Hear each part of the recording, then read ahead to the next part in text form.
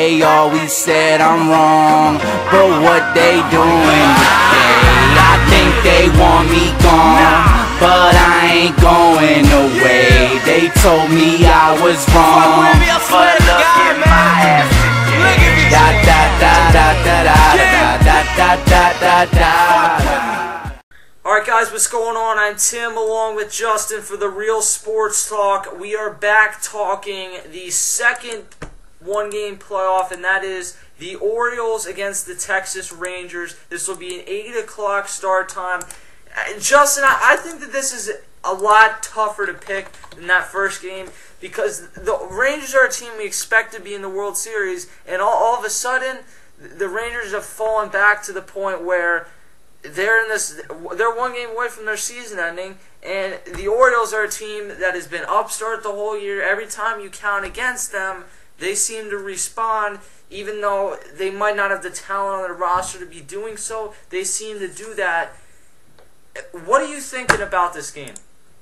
Well, when you looked at it last night, I don't know how I don't understand why the Rangers fell to the A's last night.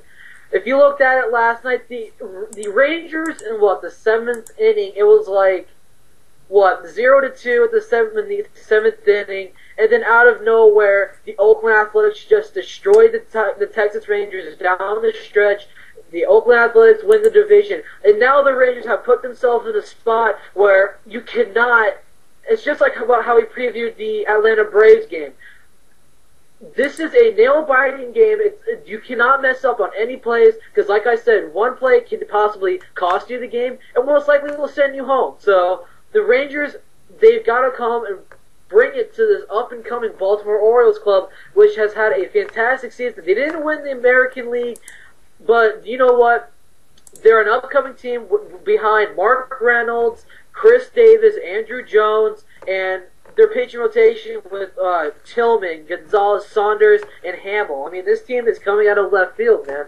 Yeah, Adam Jones. I mean, the Orioles have been a fun team to watch, and it really hasn't made a difference this year whether they're on the road or not. So the fact that it's in Texas, the Orioles are a team that is one game below at home they're 47-34, on the road they're 46-35. It really didn't make a difference. And this is not a team that you want to get in a late game with because they win in extra innings. They haven't lost pretty much all season in extra inning games. They have clutch hitters. The Orioles have been such a fun team to watch because of guys like Chris Davis that really come out of nowhere. We knew Adam Jones was a good player, maybe not as good as he's played, but Jim Johnson, Chris Davis, guys like that have been fun to watch. For the Rangers, Yu Darvish is going. As much as I'm not going to sit here and try and tell you that Joe Saunders is going to be winning any Cy Youngs anytime soon, I'm not necessarily comfortable with Yu Darvish in this game because he was extremely inconsistent this year. He finished with a 16-9 record. Okay, you have great run support and a 3.90 ERA. That is not like the type of starter you want to have going for you in a game that means your season. Now, Joe Saunders isn't necessarily that way either, but I feel more comfortable with the Orioles because they're a team that the entire season you haven't felt comfortable with, and they've been able to find a way to win. Yeah, when you look at the pitching rotation, Tim, I agree with you 100%. Yu Darvish is a very questionable decision. I think if you're an MLB team, if you're in the playoffs, go with the person who is coming off a solid year and is ready to pitch in such a high-stakes game. For me, if I was the Texas Rangers, I would either look at Matt Harrison or possibly even Ryan Dempster at some point. When it comes to the Baltimore Orioles, go with Jason Hamill. The guy, yeah, he's injured for the big part of the second half of the season, but you know what? The doctors gave him a green light. He is set to go. He looks like he's ready to go. Give Jason Hamill the shot. This is a guy who, once again, came out of nowhere and just pitched phenomenal this season. Yeah, Joe Saunders this year was 9-13 with a 4.07 ERA. So you get the feeling that it's probably, and this is just a sense I get, that one guy's going to come out and really swim and the other guy's going to sink. And I feel like this is going to be a game where one team blows out the other. That's the sense I get. I get the sense that the Cardinals and the Braves are going to be a really close down to the 7th, 8th inning before we really know who's going to win.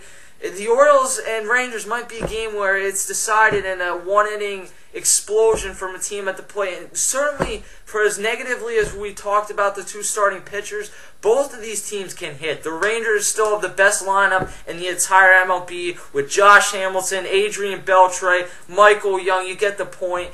And then you have for the Orioles Chris Davis, Mark Reynolds, Adam Jones. It's another really good lineup. Matt Wieters, so J.J. Hardy. What's his face over at third base? I can't think of his name. Manny Machado. Yeah, Manny Machado. It's another lineup that really can explode. And while the Rangers are a team I think a lot of people would expect to explode, the magic about this one-game playoff is it's one game. Any team can win, and I think the Orioles explode in this one, and they win relatively big. I'm going to say something like 7-2.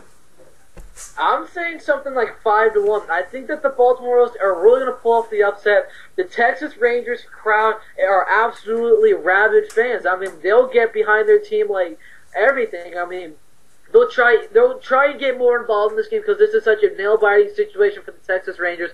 But you know what? I think the most clutch player you really want, or a guy who can possibly put in a clutch hit, you really want to look at two guys on that end. Look at Manny Machado and also Andrew Jones. I think these two guys alone will do something. Adam Jones, my bad. Manny Machado. This is a guy who came up. I think in June, not July, July or August. Somewhere around there. And he's left a big mark in the MLB. I guarantee he will not win Rookie of the Year. I'm going down with Mike Trout there. But Manny Machado can't hit home runs. He kind of reminds me of an early day Alex Rodriguez, but with more power. So I'm thinking you can really look at Manny Machado. And when it comes to Andrew Jones, this is a guy who, say, for example, J.J. Hardy's on base, Nate McLeod, or Davis is on base. Andrew Jones could be the guy to hit it deep into the outfield. This guy has some power, and this is just a special talent out in center field. So I'm going to go with the Orioles winning at the Texas Rangers, pulling off an upset with a 5-1 victory at the Texas Rangers Stadium. I think either you look for Chris Davis or Manny Machado to get the hit that really breaks things open, or maybe Adam Jones. We'll see what happens. Orioles, we both have winning, but certainly the Texas Rangers could still go out and win the World Series. That's certainly not out of the question. I'm Timmy Justin. We'll see you later. Just a little ways around the corner from fear. Be there, next year, where I'm going.